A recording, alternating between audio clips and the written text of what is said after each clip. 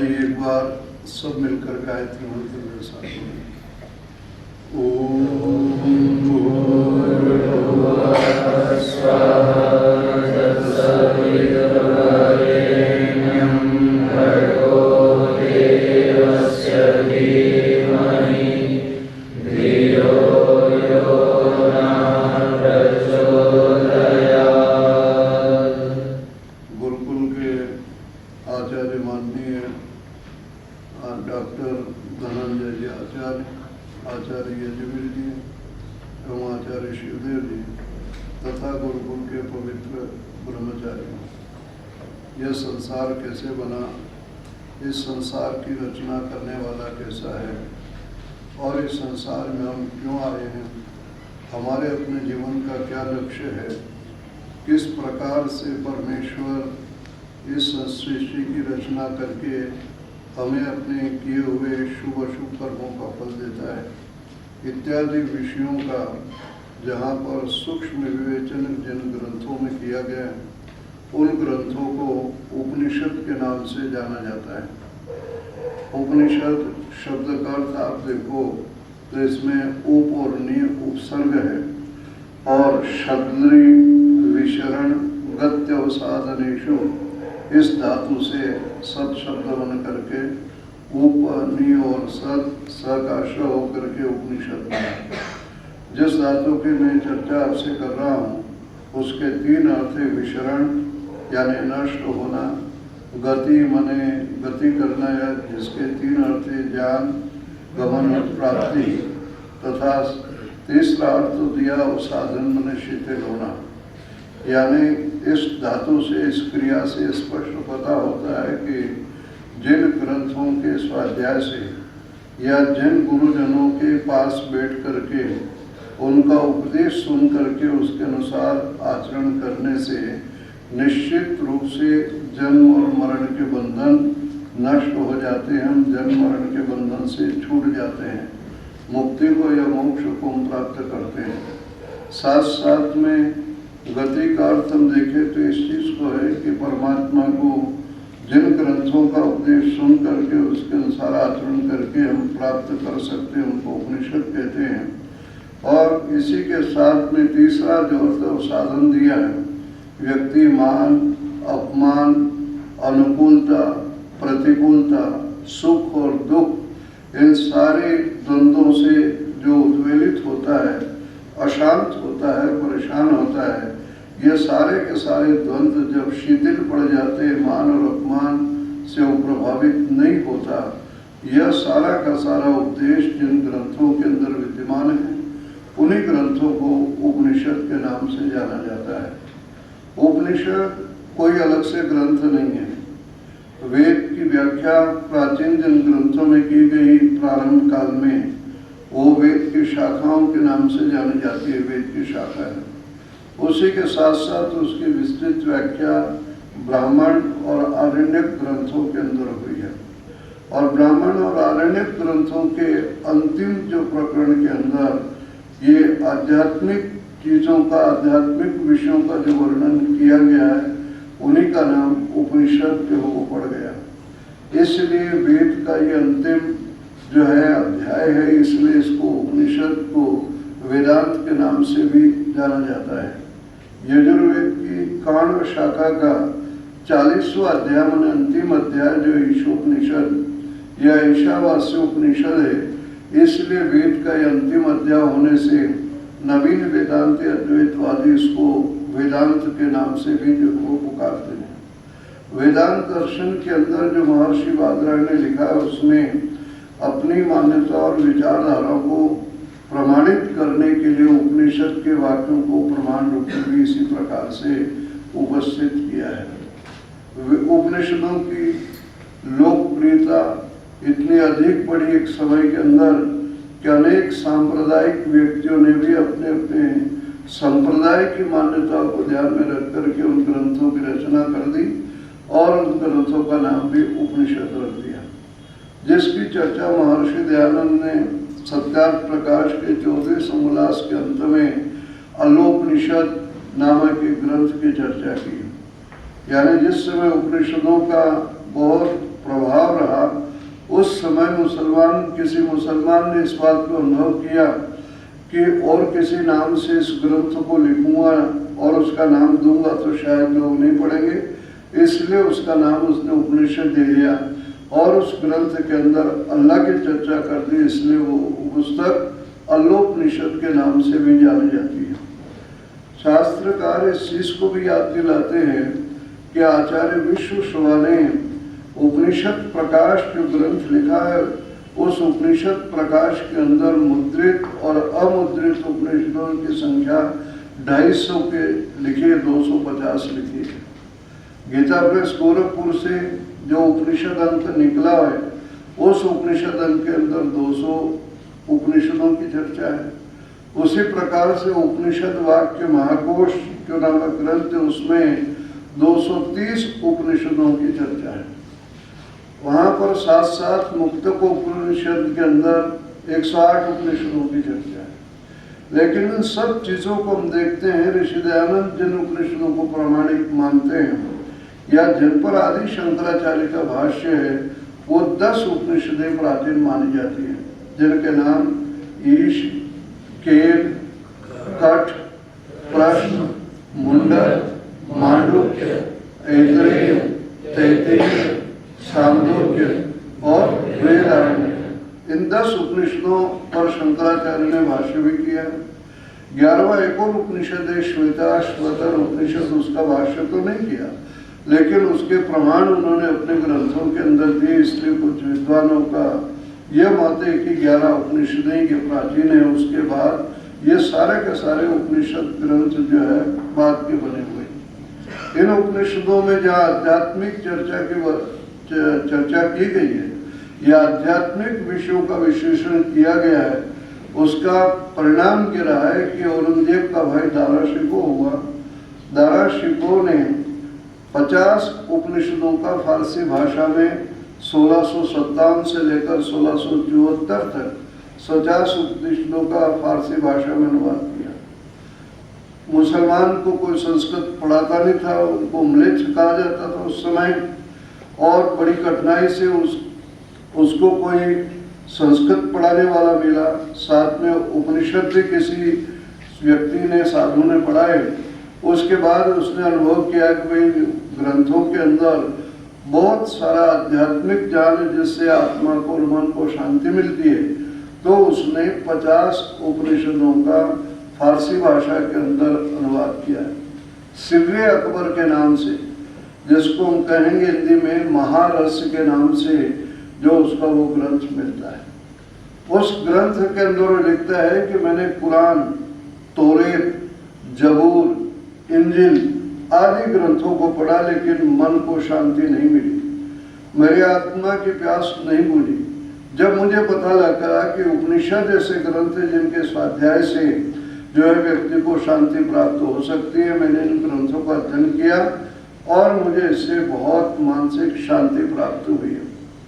मेरे इस कौम के अंदर, मेरे वंश के अंदर यानी मुस्लिम समाज के अंदर कोई व्यक्ति इस ज्ञान से वंचित न रह जाए, इसलिए मैं इसका फारसी भाषा के अंदर जो अनुवाद कर रहा हूँ।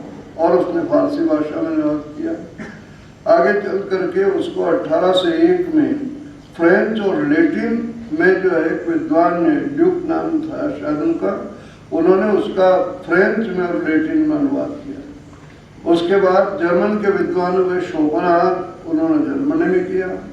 मैक्स मुलर ने अंग्रेजी में इसका अनुवाद किया, the sacred books of the east करके उसका जो ग्रंथ लिखा है। तो इस प्रकार से देश और विदेश के अंदर इन ग्रंथों का बहुत प्रभाव रहा है। शोपनहार जो जर्मन विद्वान है, वो तो इस बात को कहते हैं कि दुनिया के इतिहास में किसी भी ग्रंथ का स्वाध्याय व्यक्ति को इतना मानसिक शांति देने वाला नहीं है जितना ये उपनिषदों का स्वाध्याय है। मुझे अद्भुत शांति प्राप्त हुई।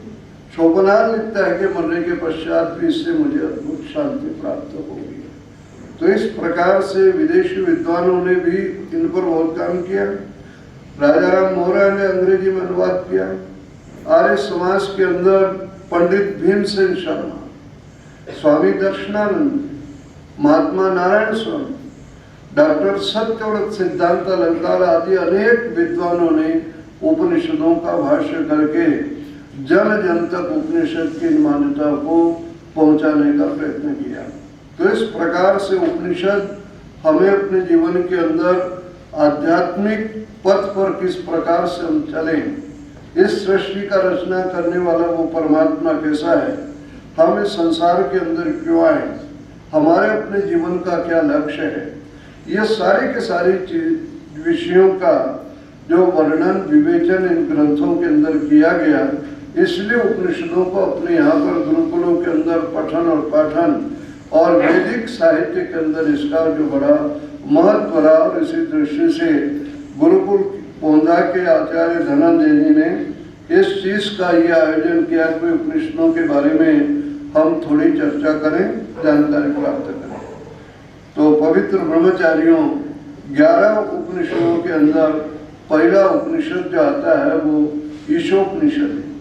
ईशावास्य उपनिषद के नाम से भी उसको जो है जाना जाता है। उस ईशोपनिषद यह यजुर्वेद की जो है शुक्ल यजुर्वेद की 2 शाखाएं, एक वात्सने और दूसरी कांड शाखा। ये कांड शाखा के 40वें अध्याय का जो वर्णन है इसमें, इसलिए इसको ईशोपनिषद कहते हैं। और ईशा शब्द से पहला मंत्र प्रारंभ हो रहा है, इसलिए इसको ईशोपनिषद या ईशावास्योपनिषद भी जो है इसको कहा जाता है। यजुर्वेद के यानी कांड शाखा का ये 40वां अध्याय जो है ईशोपनिषद के नाम से जाना जाता है। अब इस उपनिषद का पहला जो मंत्र है, आप इस चीज को अनुभव करेंगे जहाँ पर कहा है ईशावास्यम इदम सर्वम, यानी इस चीज को स्पष्ट कर रहा है कि ईशा माने ईश्वर के द्वारा, इदम सर्वम यह सारा का सारा संसार वास्य मन बसा हुआ है। परमात्मा सारे संसार के अंदर बसा हुआ है। इन शब्दों के अंदर 2 चीजें स्पष्ट कर दे कि ईश्वर है और एक जिसमें बसा हुआ ये ईश्वर है। यानी जिसमें बसा हुआ है संसार है वो संसार अलग है और एक ईश्वर जो अलग है। ये 2 चीजें यहाँ पर इस मंत्र में जो है साथ में कह दी। और आगे आप देखोगे तेन त्यक्तेन भुंजिता, तेन मैंने उस परमेश्वर ने सृष्टि की रचना की है और ये संसार जगत्याम जगत टिकने वाला नहीं है, इसलिए कह रहा कि त्यक्तेन भुंजिता, त्याग पूर्वक भोगों को भोग करो।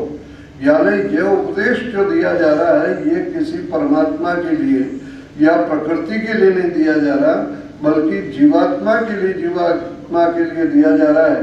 तो इस मंत्र में ही तीनों का स्पष्ट जो है वर्णन आ जाता है। इस संसार का बनाने वाला परमात्मा, जिस संसार में वो रहता है उस संसार की रचना करके उसमें रहने वाला परमात्मा और वो सृष्टि या संसार, और जिसके लिए संसार की रचना की है वो जीवात्मा माने ईश्वर, जीव और प्रकृति। इन तीनों का विवेचन इस प्रथम मंत्र के अंदर आ गया, जिसको हम वैदिक त्रैतवाद के नाम से जानते हैं।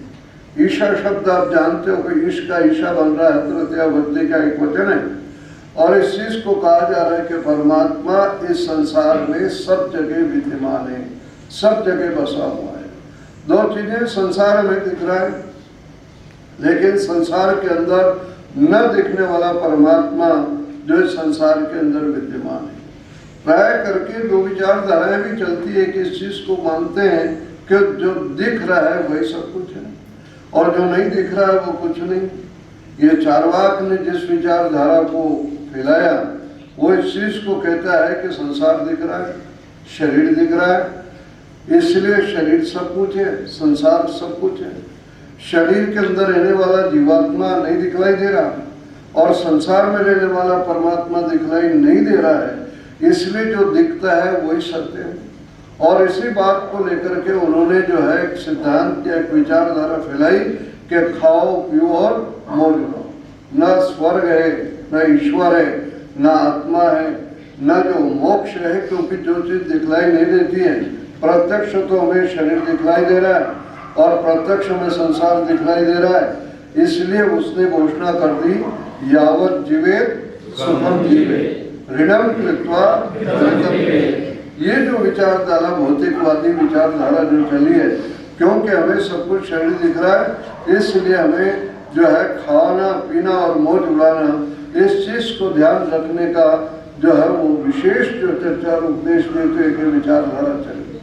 लेकिन साथ साथ में उपनिषद इस बात को कह रहा है कि जो दिखने वाला संसार है, यह संसार या जगत जो है हमेशा टिकने वाला नहीं है। इसलिए जगत की व्याख्या जो वैयाकरण करते हैं, गच्छति इति जगत, जो निरंतर चल रहा है उसको जगत कहते हैं।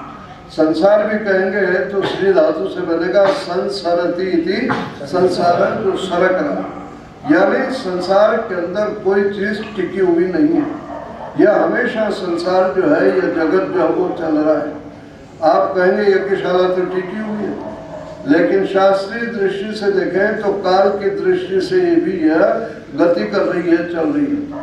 जो अवस्था या जो समय या जो इसका जो आयु कह लीजिए एक प्रकार से बनने के समय जब बनकर के तैयार हुई थी जितनी, जो उसके बाद इसमें धीरे धीरे क्षीणता आती चली जा रही है और एक दिन ये क्या हो जाएगी, नष्ट हो जाएगी। हमारा अपना शरीर है, शरीर को देख करके हम सोचते हैं कि भाई हम बड़े हो रहे हैं। भाई बड़े कहाँ हो रहे, शरीर जो है जैसे जैसे बढ़ता चला जा रहा है वैसे वैसे मौत के निकट क्या है, पहुंचते चले जा रहे हैं। तो इस संसार में कोई भी पदार्थ टिका हुआ नहीं है, स्थिर नहीं है, वो हमेशा चलायमान है। तो ये अस्थिर और चलायमान जिसको कहा, ये टिका हुआ नहीं है, स्थायी नहीं है, इसकी अति करते हुए अद्वैतवाद के विद्वानों ने इस संसार को मिथ्या और झूठा कह दिया है और इस बात की घोषणा करती कि ब्रह्म सत्यम जगत मिथ्या, संसार जो है वो मिथ्या है, झूठा है, ब्रह्म ही ब्रह्म जो है वो सत्य है। तो एक विचारधारा ने तो ये फैलाया कि खाओ पियो और मौज उड़ाओ, यानी शुद्ध भौतिकवाद का प्रचार किया। दूसरी विचारधारा ने इस बात का कि मैं कुछ नहीं हूँ, आप कुछ नहीं हो, संसार कुछ नहीं है, ये सब कुछ नहीं है, माता पिता बाप बेटे पति पत्नी ये कोई रिश्ते नाते नहीं है, यह सारा का सारा झूठा और मिथ्या है। उसका परिणाम हुआ है कि इस देश के ऊपर जो आर्यों की वीर जाति थी वहां पर दुश्मनों ने आक्रमण किया। तो इस विचारधारा का प्रभाव रहा है कि कौन शत्रु, कौन राजा, कौन आक्रमण, ये सब झूठा है, मिथ्या है। परिणाम हुआ कि देश पराधीनता की बेड़ियों के अंदर जकड़ गया। जहाँ इस बात को कहा जा रहा, उपनिषद कहता है कि भाई संसार मिथ्या नहीं है, झूठा नहीं है, वो यथार्थ है, हकीकत है, लेकिन ये टिका हुआ नहीं जो है। ये सारी की सारी बातें वहां पर रही। तो दोनों विचारधाराओं में अति कर दी। एक ने व्यक्ति को निकम्मा बना दिया, आलसी बना दिया और इस चीज को कह दिया है कि भाई परिश्रम करने की तो आवश्यकता नहीं है। मैंने इस चीज को कि दास मनु का कह गए सबके दाता रहा, यानी जो कुछ है वो मिल जाएगा, उसके लिए परिश्रम करने की आवश्यकता नहीं। और एक विचारधारा ने व्यक्ति को इतना भौतिकवाद के अंदर जो वो प्रभावित किया है कि वो आत्मा के बारे में, परमात्मा के बारे में, स्वर्ग के बारे में कुछ सोचने को भी तैयार नहीं। उपनिषद का ऋषि इस बात को बतला रहा है कि जितना दिखने वाला संसार है वो सारा यदि टिका हुआ है तो वो न दिखने वाले के ऊपर है। जिस शरीर को आप और हम देख रहे हैं, यह शरीर का आधार तो न दिखने वाला जीवात्मा है। यह शरीर जो गति करता है, खाता है, पीता है, पढ़ता है, लिखता है, दौड़ता है, वो इसलिए सारा का सारा कर रहा है कि शरीर के अंदर रहने वाला जीवात्मा है। वो जीवात्मा नहीं दिख रहा, लेकिन न दिखने वाले जीवात्मा के आधार पर टिका हुआ हमारा शरीर है। जिस दिन जीवात्मा इस शरीर से निकल जाएगा उस दिन जो है शरीर कोई गति नहीं करेगा, शरीर कोई कार्य जो नहीं करेगा।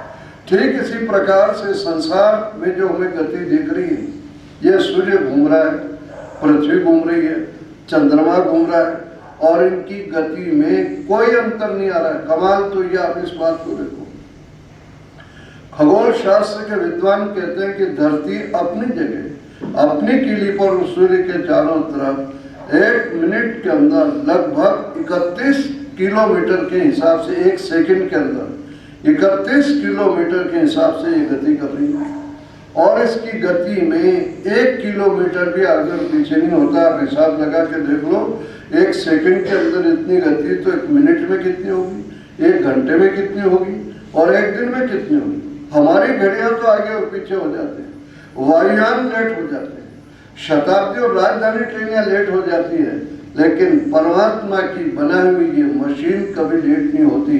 वो अपनी जगह घूम रही, सूर्य के चारों तरफ घूम रही, सूर्य अपनी जगह घूम रहा, चंद्रमा जो है वो घूमता हुआ पृथ्वी की परिक्रमा कर रहा, और ऐसी परिक्रमा व्यवस्थित रूप से कर रहा है कि 100 साल के बाद कितनी बजे और कितने मिनट पर जो है सूर्य ग्रहण या चंद्र ग्रहण होगा, वो यदि खगोल शास्त्री ज्योतिष के विद्वान यदि उसको बता देते तो उसमें 2-4 मिनट का भी आगे और पीछे नहीं होता है। यह उस परमात्मा का ऐश्वर्य है, यह उसका अनुशासन है कि उसकी व्यवस्था में सारा जड़ जगत इस प्रकार से जो वो चल रहा है, गतिशील हो रहा है।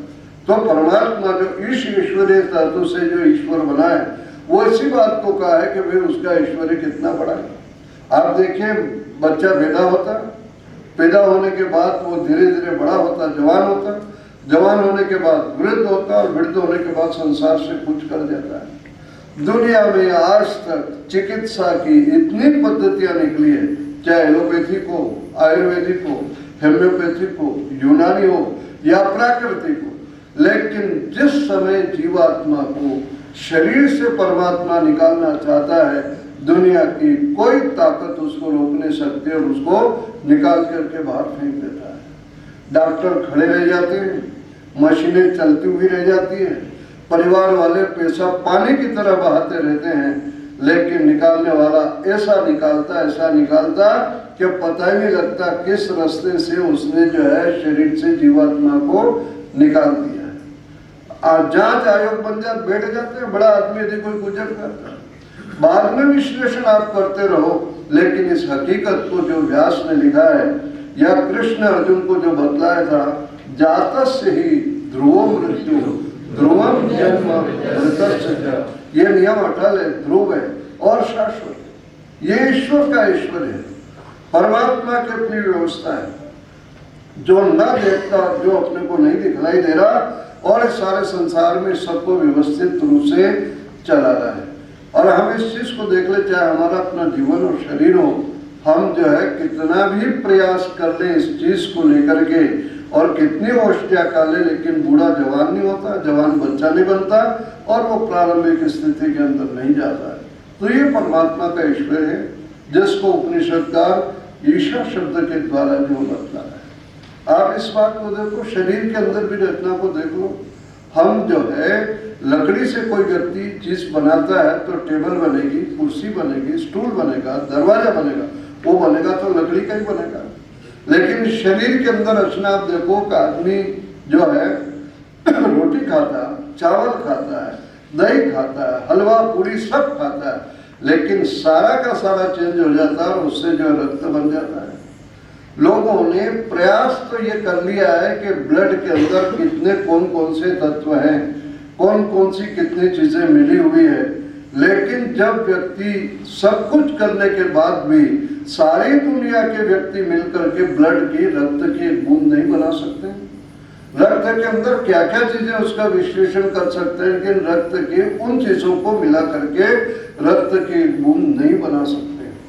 तो इसलिए इस बात को कहा जाता है कि परमात्मा की जो रचना है वह ऐसी रचना है कि सब मिल करके उसकी रचना नहीं कर सकते। ऐसा मिक्सर नहीं बना है कि भाई आप उसमें आटा डालो, दाल डालो, हलवा डालो, पूड़ी डालो और पीस लो, उससे जो ब्लड बन जाए। किसी आदमी को खून की जरूरत हो तो किसी का खून निकालना नहीं पड़े, हम खून वैसे तैयार करके दे देंगे। तो इस बात को कहा जा रहा है कि यही ईश का ऐश्वर्य है, यही उसका अनुशासन है। और वो इसलिए है कि वह जो है इदम सर्वम वास्यम, वो सब जगह विद्यमान, एक जगह बैठा हुआ नहीं। लोगों ने ईश्वर को व्यक्ति बना दिया, और व्यक्ति बनाने का परिणाम क्या हो, किसी ने 7वें आसमान पर बिठाया, किसी ने 4थे आसमान पर बिठाया, किसने विकुंठ पर बिठाया, किसी ने और कहीं बिठाया, गोलोक आदि में बिठाया, यानी उस परमात्मा को व्यक्ति के रूप में जो प्रस्तुत कर दिया। वेद या उपनिषद इस बात को कहते हैं कि परमात्मा व्यक्ति नहीं है, एक वो सुप्रीम पावर है, एक वो सर्वशक्तिमान शक्ति है, ताकत है, जो सबको अपने अनुशासन में रख रहा है और वो सब जगह विद्यमान है। एक जगह रहने वाला व्यक्ति सब जगह पर अनुशासन नहीं कर सकता, नहीं देख सकता। आप मुझे देख रहे हो, मैं आपको देख रहा हूँ क्योंकि आमने सामने बैठे। लेकिन जो है उधर जो है गुरुकुल के दूसरे कमरों के अंदर कौन बैठा है, क्या कर रहा है या नहीं है, ये अपने को नहीं पता लगता। तो यदि परमात्मा को एक जगह आप बिठा दोगे तो निश्चित रूप से परमात्मा सबको अनुशासन में, सबको जो है अपनी व्यवस्था में नहीं रख सकता, लेकिन सारे जीवात्माओं को उनके कर्मों का फल देता हुआ परमात्मा सबको अनुशासन में रख रहा है, क्योंकि वह सर्वव्यापक है, वह सब जगह विद्यमान है और उसके विद्यमान होने के कारण से जो है वो सबको अपने कंट्रोल में रख रहा है। यदि एक जगह होता है तो सबको अनुशासन में नहीं रख सकता। इसलिए इस बात को कहा जाता है कि परमात्मा एक जगह नहीं रहता है, बल्कि वह सब जगह विद्यमान है।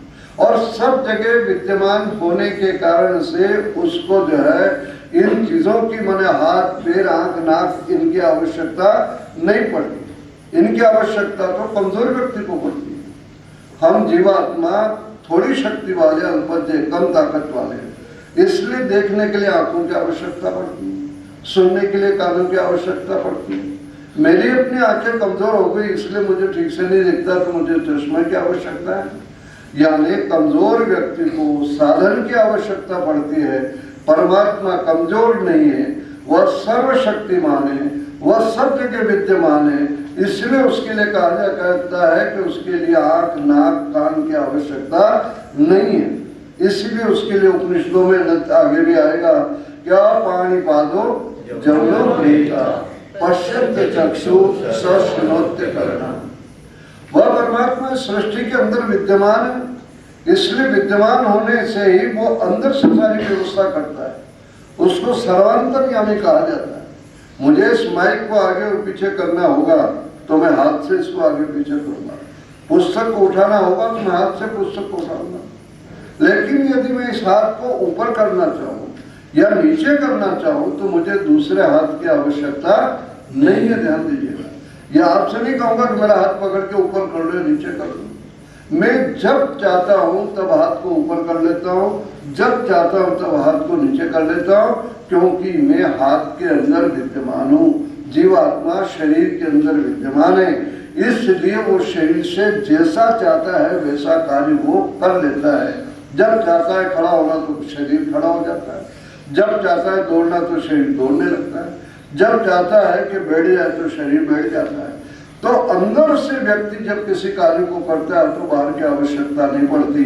परमात्मा सब जगह, सबके अंदर, ईशावास्यम इदं सर्वो, सबके अंदर बसा हुआ है। इसलिए उसको इन जड़ पदार्थों को गति देने के लिए दूसरे साधन की आवश्यकता नहीं पड़ती। इसलिए उसको सर्वांतर्यामी जो कहा गया, सर्वांतर्यामी, वो अंदर से नियमन करता, व्यवस्था करता है। तो इस प्रकार से परमात्मा का विवेचन यहाँ पर जो किया गया है, इस बात को बताया है कि परमात्मा सब जगह विद्यमान है, कोई चीज उससे जो वो छूटी हुई नहीं है। इस चीज का संदेश दिया। इसलिए यदि ये बात हमारे मन में आ जाए कि परमात्मा सब जगह विद्यमान है, हम देखें या न देखें, परमात्मा हमको क्या कर रहा है, देख रहा है। जब व्यक्ति इस बात को अनुभव करने लगेगा, बहुत सारे दुष्कर्म से, पाप से तो अपने आप बच जाएगा। व्यक्ति पाप और दुष्कर्म कब करता है, जब उसको लगता है कि कोई नहीं देख रहा है। जब ये अनुभव करने लगे कि मुझे परमात्मा देख रहा है, यानी कोई देखे या नहीं देखे परमात्मा देख रहा है, तो बहुत सारे कामों से, दुष्कर्मों से व्यक्ति बच सकता है। इसलिए विद्वान कहते हैं कि जो परमात्मा से डरता है दुनिया में किसी से डरता नहीं। और डरता नहीं उसका मतलब है वो पाप नहीं करता तो क्यों डरेगा। और जो परमात्मा से नहीं डरता वो दुनिया में सबसे क्या होता रहता है, डरता रहता है। तो ये जो भय उसके मन में जो रहता है, उस बात को रहता है कि भगवान से, परमात्मा से डरने का प्रयास करें। आप इस बात को कभी अनुभव करते हो कि दूरदर्शन पर, टीवी पर जो व्यक्ति समाचार पढ़ता है 5-10 मिनट के लिए, या जो महिला समाचार पढ़ती है, वो आगे कैमरा लगा हुआ है और दुनिया का कोई दूसरा आदमी उसको नहीं देख रहा है, लेकिन समाचार पढ़ते समय वो इतना सावधान रहते हैं, अनुभव करते हैं कि सारी दुनिया इस समय हमको क्या कर रही है, देख रही है और सुन रही है। तो कितना अलर्ट और सावधान होकर के वो इस बात को जो वो बैठते हैं, बोलते हैं, और कहीं इधर उधर जो कोई चीज नहीं होती है। तो एक समाचार पढ़ने वाला 10 मिनट तक इतनी सावधानी से यदि अपने समाचार को पढ़ लेता है, उसको अनुभव है, तो दुनिया के लोग इस बात को अनुभव कर ले कि कोई माँ देखे या नहीं देखे, पिता देखे या नहीं देखे, गुरु देखे या नहीं देखे, पति और पत्नी या बच्चे कोई न देख रहे हो, लेकिन परमात्मा मुझे देख रहा है जो अंदर बसा हुआ है, तो निश्चित रूप से जो व्यक्ति दुष्कर्म से, पाप से अपने आप को बचा सकता है, ये प्रेरणा उपनिषद जो है इस वाक्य के द्वारा जो दे रही है। तो प्रिय ब्रह्मचारियों, जहाँ पर इस उपनिषद ने ईश्वर की सर्वव्यापकता का उपदेश दिया, उसके साथ साथ उसने इस न्याय को भी संकेत दिया, और साथ में इस बात को भी बतलाया कि संसार हमेशा टिका हुआ नहीं है, यहाँ से हमें एक दिन जाना ही जाना है। यह अस्थिर है, यह मिथ्या नहीं है, यह झूठा नहीं है। जिन लोगों ने मिथ्या और झूठे की बात चलाई और इसके लिए नए नए शब्दों को गढ़ दिया, वहाँ उपनिषद में इस प्रकार की कोई बात नहीं आई। यहाँ पर जगत ज्ञान जगत का है, और संसार की हकीकत और यथार्थता का क्या उपदेश यहाँ दिया जा रहा है। तेन त्यक्तेन भुंजता, तेन मैंने इस कारण से, तेन कौन सी भक्ति? मिथ्या भक्ति। तो तेन इस कारण से त्यक्तेन भुंजिता, त्याग पूर्वक भोगों को भोगो भुंजिता। लोट लकार का है, मध्यम पुरुष, कौन सा वचन? एक वचन है, याद रखना। तो इस बात को कहा जा रहा है कि त्याग पूर्वक भोगों को भोगने का प्रयत्न करो, क्योंकि यहाँ पर टिक करके नहीं रहना है। आज हालात क्या हो रही कि आदमी किसी चीज को छोड़ना नहीं चाहता, और इस चीज का प्रयत्न कर रहा है कि मैं कैसे छोड़ूंगा। आज जो चिपटने की जो स्थिति हो रही, चिपटने की, न छोड़ने की प्रवृत्ति, जिसके कारण से वर्ग संघर्ष हो रहा है। एक पुराना डॉक्टर और एक नया डॉक्टर, एक पुराना वकील और एक नया वकील, दोनों में संघर्ष प्राप्त हो रहा है। जिस डॉक्टर की प्रैक्टिस जमी हुई है, जिसने 30-40 साल से जो अभ्यास कर रहा है, वो उसका जो है अभ्यास के कारण से, पुराने अनुभव के कारण से रोगियों की लाइन लगी। और एक नौजवान जो डॉक्टर बन गया, उसके पास कोई जा नहीं रहा है, जिसको कमाना चाहिए उसको काम नहीं मिल रहा है, और जिसको छोड़ना चाहिए वो छोड़ना नहीं चाह रहा है। तो पुराने और नए में संघर्ष हो रहा है। एक वकील जो नया बना हुआ है वो डिग्री लेकर के घूम रहा है, और एक पुराना वकील के पास केस ज्यादा जा रहे हैं, क्योंकि भाई बहुत लंबे समय से काम कर रहा है। तो हो ये रहा है कि जिसको काम चाहिए उसको काम मिलने जाए, और जिसको काम नहीं करना चाहिए वो काम पर डटा हुआ है। आदमी की जीवन का मृत्यु के काल तक व्यक्ति अपने काम में लगा रहता है। इसलिए उपनिषद इस बात को कह रही है कि आने वालों के लिए जगह खाली करते जाओ, और पुराने लोग जो है रास्ता जो है वो छोड़ो, नए वालों को काम दो। यदि ये चीज रहेगी तो नई पीढ़ी और पुरानी पीढ़ी में एक दूसरे के प्रति श्रद्धा बनी हुई रहेगी। संसार से जाना तो जाना ही है। कोई व्यक्ति धक्का लेके घर से निकाले, उसके बजाय अपने आप निकल जाए, उसमें जो इज्जत और प्रतिष्ठा हो गई, वो धक्का लेकर कोई निकाले, उसमें इज्जत और प्रतिष्ठा नहीं हो सकती। इसलिए अपने आश्रम व्यवस्था बनी हुई थी। वानप्रस्थ आश्रम का यही क्रम था कि जब घर का काम लड़के ने संभाल लिया है और लड़का सारा का सारा कार्य कर रहा है, तो परंपरा है कि एक विद्यालय के अंदर, एक शिफ्ट के अंदर, एक समय में 2 हेडमास्टर या 2 प्रिंसिपल नहीं रहते। एक शिफ्ट के अंदर एक समय में एक ही हेडमास्टर या प्रिंसिपल रहता है। जब घर का मालिक आपने लड़के को बना दिया है, तो आप अपनी अगले पड़ाव की तैयारी करो। और वही स्थिति वानप्रस्थ आश्रम की थी, सामाजिक सेवा की थी। और सामाजिक सेवाओं के अंदर जितने बुजुर्ग, यानी जो 50-60 साल के हो गए, जिनको दादा दादी कहते हैं, ये लग जाते थे गुरुकुलों में। परिणाम ये होता था कि रिटायर्ड व्यक्ति को अपने जीवन का अनुभव है, वो बच्चों को, जहाँ पर सामाजिक कार्य करने वाले लोगों को गाइड करते थे, शिक्षा भी हमारी निःशुल्क होती थी, और सामाजिक सेवा में किसी प्रकार का जो है विघ्न नहीं आता था, उसमें कोई बाधाएं उपस्थित जो वो नहीं होती थी। तो इस चीज को कहा गया है कि आप त्याग पूर्वक भोग करने की आदत डालो। अपने आप छोड़ने में जो आनंद है, कोई आपसे जो छीनने का यत्न करे उसमें वो आनंद नहीं है। समय होने पर मैं माइक छोड़ दूं अपने आप सोचोगे कि बढ़िया, ज्यादा दुखी नहीं करते। और मैं आधा घंटे के बजाय 40 मिनट, 1 घंटा, 1.5 घंटा, 2 घंटा बोलता हूँ, आप सोचो कहाँ से मुसीबत आ गई। और इस चीज को मेरे प्रति जो थोड़ी बहुत श्रद्धा है वो भी सारी खत्म हो जाएगी। आचार्य जी से कह दोगे दोबारा इस व्यक्ति को बुलाना नहीं। और ये इशारा भी करने में ध्यान नहीं दे रहा हूँ, ये यहाँ आकर के बैठ जाए फिर भी बुरा नहीं कर रहा हूँ। और अंत तो बत्वा जो माइक अपने हाथ में ले ले, बताओ क्या इज्जत और प्रतिष्ठा रहेगी। इसलिए हकीकत और यथार्थता ये बात बता रही उपनिषद कहता है कि भोगों को त्याग पूर्वक भोगो, जैसे जैसे समय हो जाए अपने आप छोड़ते चले जाओ। और ये यथार्थता है। आप इस बात को देखो, एक व्यक्ति ऑफिस में काम करता है, 10 से 6 बजे या 9 से 5 बजे उसका टाइम है। वो 5 बजे तक वहाँ पर 8 घंटा रह के ऑफिस में काम लेता है, टेबल का, कुर्सी का, पेन का, कागज का सबका उपयोग करता है। एसी भी चलता है ऑफिस में, फोन भी चल रहा है, साथ में उसके गेट पर प्यून भी खड़ा है, उससे भी काम इधर उधर का ले रहा है। लेकिन 5 या 6 बजे ही सारी चीजों को वहीं छोड़ करके, बल्कि 5 मिनट पहले तैयारी कर लेता है, ऑफिस से छोड़ करके निकल जाता है। उसके मन में यह तो नहीं आता है कि इस कुर्सी पर बैठा हूँ, एसी बहुत बढ़िया है, पंखा बहुत अच्छा चल रहा है, चलो खुलवा लो और इसको मैं घर ले जाकर इसको घर पे लगवा लूंगा।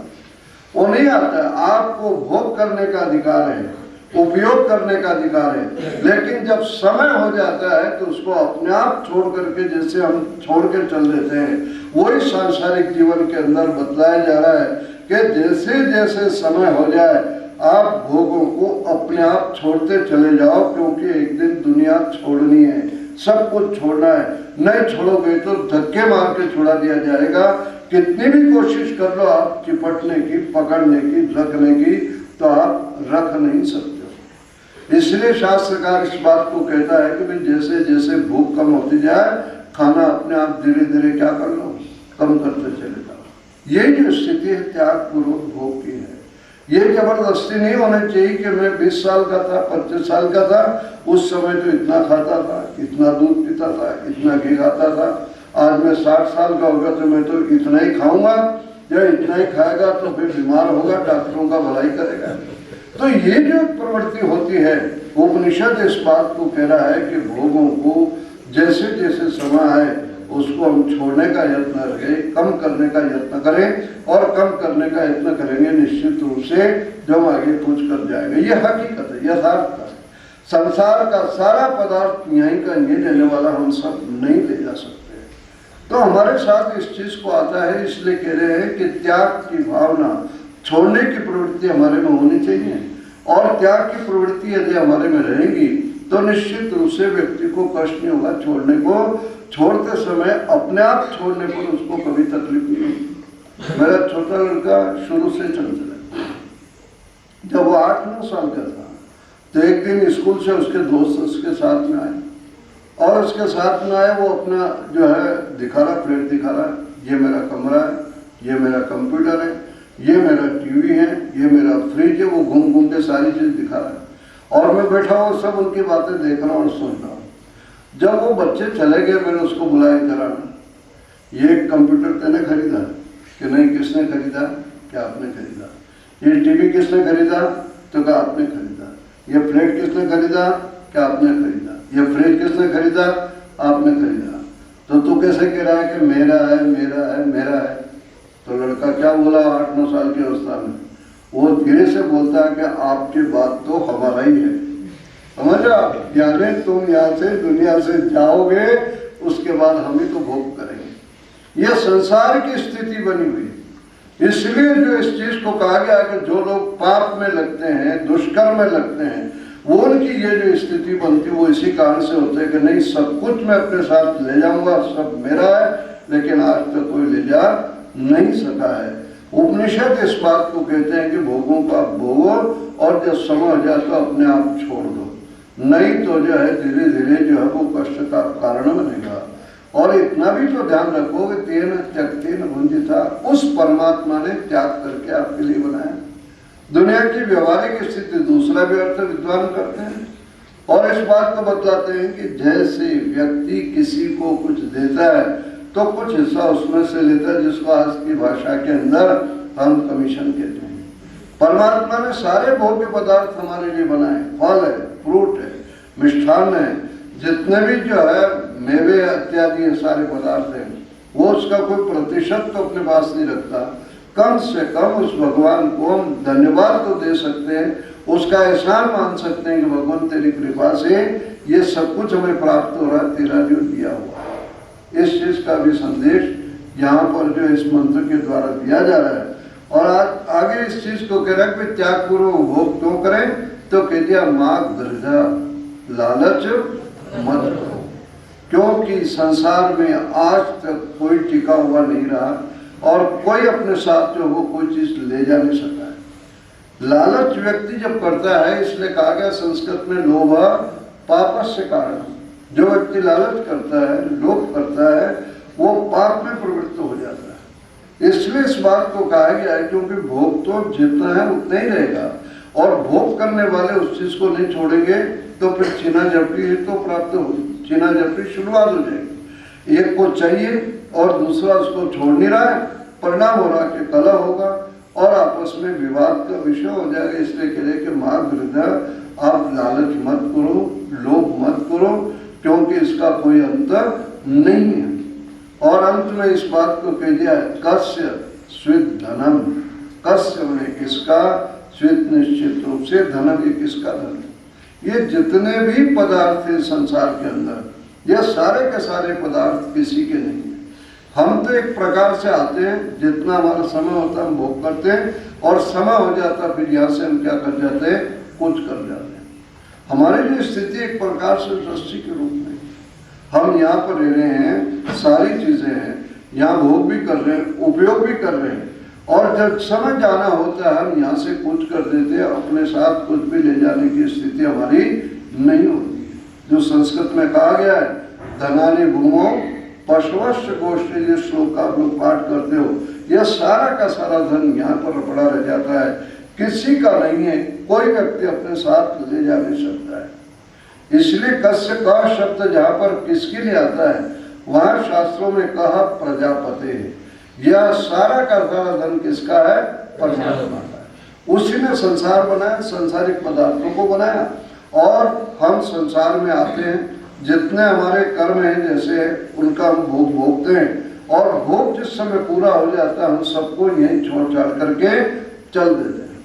एक व्यक्ति का भोग वो 60 साल तक भोगता है, 70 साल तक भोगता है, और जिसका अपना जो कर्मों का फल इतना होता है, कोई 10 साल के अंदर भी वो चल देता है, लेकिन अपने साथ ले जाने का जिस व्यक्ति ने भी प्रयत्न किया है वो कभी ले जा नहीं सका। इसलिए उपनिषद इस बात को कहते हैं कि सारी संपदा, सांसारिक वैभव, ये जितना भी है वो सब परमात्मा का है। आज लोग समाजवाद की चर्चा करते हैं, साम्यवाद की चर्चा करते हैं, राष्ट्रवाद की चर्चा करते हैं कि संपत्ति व्यक्तिगत की, सब राष्ट्र की है। उपनिषद इस बात को कहता है कि इससे भी ऊपर उठ करके कि सारा वैभव जो कुछ अपने को भोगने को मिल रहा है सब परमात्मा का, उसका दिया हुआ है। हम तो ट्रस्टी के रूप में जितना समय हमारा अपना भोग भोगने का होगा उतना हम भोगेंगे, और जिस समय हमारा समय पूरा हो जाएगा हम यहाँ से कूच करके चल देंगे। सब कुछ उसका दिया हुआ है, और उसके दिए हुए को उसका दिया हुआ प्रसाद समझ करके हम भोग करते हैं, तो लोभ और लालच भी जीवन के अंदर नहीं होगा।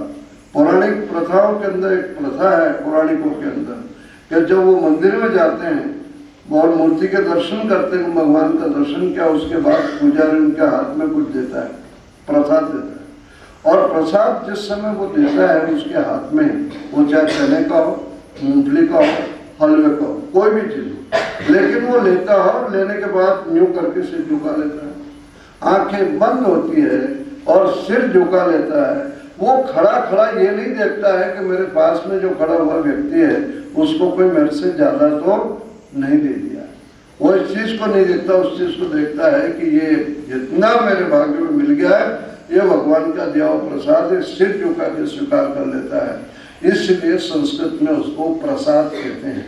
वह चना हो या मूंगफली हो या हलवा हो या और कोई चीज हो, जिस समय व्यक्ति अपने जीवन के अंदर अपने कर्मों के अनुसार जिसको जितना भोग प्राप्त हो रहा है, उन भोगों को सिर झुका के स्वीकार कर लेता है कि सब कुछ दिया हुआ मेरे अपने कर्मों का फल है, वो हमारा अपना माता पिता है और न्यायकारी है, वो हमारे साथ अन्याय नहीं करता। जितना मेरा जो है भोक्ता उसने दिया है, किसको कितना दिया उससे कोई लेना देना नहीं। तो ऐसी स्थिति के अंदर उसको दुख और कष्ट नहीं होगा और इसीलिए उसको प्रसाद कहा जाता। तो उपनिषद का यह मंत्र और इसका अंतिम शब्द इस बात की ओर कह रहा है कि सब कुछ संसार के जितने पदार्थ हैं उन सब पदार्थों का स्वामी जो है, मालिक है। हम तो यहाँ पर आए हैं, जितना समय हमारा अपना है, जितने हमारे अपने कर्म हैं, उसके अनुसार परमात्मा ने हमारे भोगों की व्यवस्था कर रखी है। उन भोगों को भोगते हुए आगे के लिए हमें कुछ करना चाहिए, ये संदेश यहाँ दिया। तो ईशावास्य उपनिषद के इस प्रथम मंत्र में जो है ऋषि हमें इस बात का उपदेश दे रहे हैं कि संसार की रचना करने वाला वो परमात्मा है, वह अणु अणु के अंदर विद्यमान है और इस संसार में विद्यमान है। संसार दिखता है, शरीर दिखता है, परमात्मा अपने को दिखलाई नहीं देता है। और क्यों नहीं दिखलाई देता है? इसलिए नहीं दिखलाई देता है कि अति दूरात अति सामीप्यात्, जो सबसे ज्यादा दूर होता है वो भी दिखलाई नहीं देता है, और अति सामीप्यात् जो सबसे निकट होता है वो भी क्या होता है? दिखलाई नहीं देता। आप और हम एक दूसरे के शरीर को देख रहे हैं तो इसलिए देख रहे हैं कि दूरी बनी हुई। आंख के पास यदि कोई चीज लगी तो आंखों से दिखलाई नहीं देती। परमात्मा हम सबके सबसे ज्यादा निकट है, इसलिए वो क्या हो रहा है? दिखलाई नहीं देता है। सूक्ष्म वो सबसे ज्यादा सूक्ष्म इसलिए भी नहीं दिखलाई देता है। कई कारण वहां पर जो गिनाए गए हैं, तो परमात्मा नहीं दिखलाई देता, लेकिन न दिखता हुआ भी उसी के आधार पर ये संसार टिका हुआ है। मकान की नींव व्यक्ति को नहीं दिखती है, लेकिन दुनिया जानती है कि यदि नींव नहीं होती तो मकान टिकता नहीं, खड़ा रह सकता। तो न दिखने वाले के ऊपर दिखने वाला सारा का सारा टिका हुआ दिखाया। और यह संसार झूठा नहीं है, मिथ्या नहीं है, बल्कि अस्थिर है, यह हमेशा रहने वाला नहीं है। इसलिए क्या करना चाहिए कि जीवन में जैसे जैसे समय होता जाए भोगों को अपने आप छोड़ते चले जाना चाहिए, उसमें जो है दुराग्रह न हो, इसलिए इस चीज का लालच भी नहीं करना चाहिए। और कस्य स्वित धर्म, यह सारा का सारा धर्म किसका है? तो कहता है कस्य प्रजापति है, धर्म अस्थि सब कुछ जो है वो उस भगवान का है। भगवान की दी हुई चीजों को उसका दिया हुआ प्रसाद समझ के अनुभव करना चाहिए और अपने जीवन को यथार्थता की ओर ले जाने का यत्न करना चाहिए। आप सबने बड़े धैर्य और शांति से मेरी बातों को सुना। सम्मान्य आचार्य धनंजय ने व्यवस्था की, उसके लिए मैं आपका, आचार्य जी का, गुरुकुल परिवार का बहुत बहुत अनुग्रहित हूँ।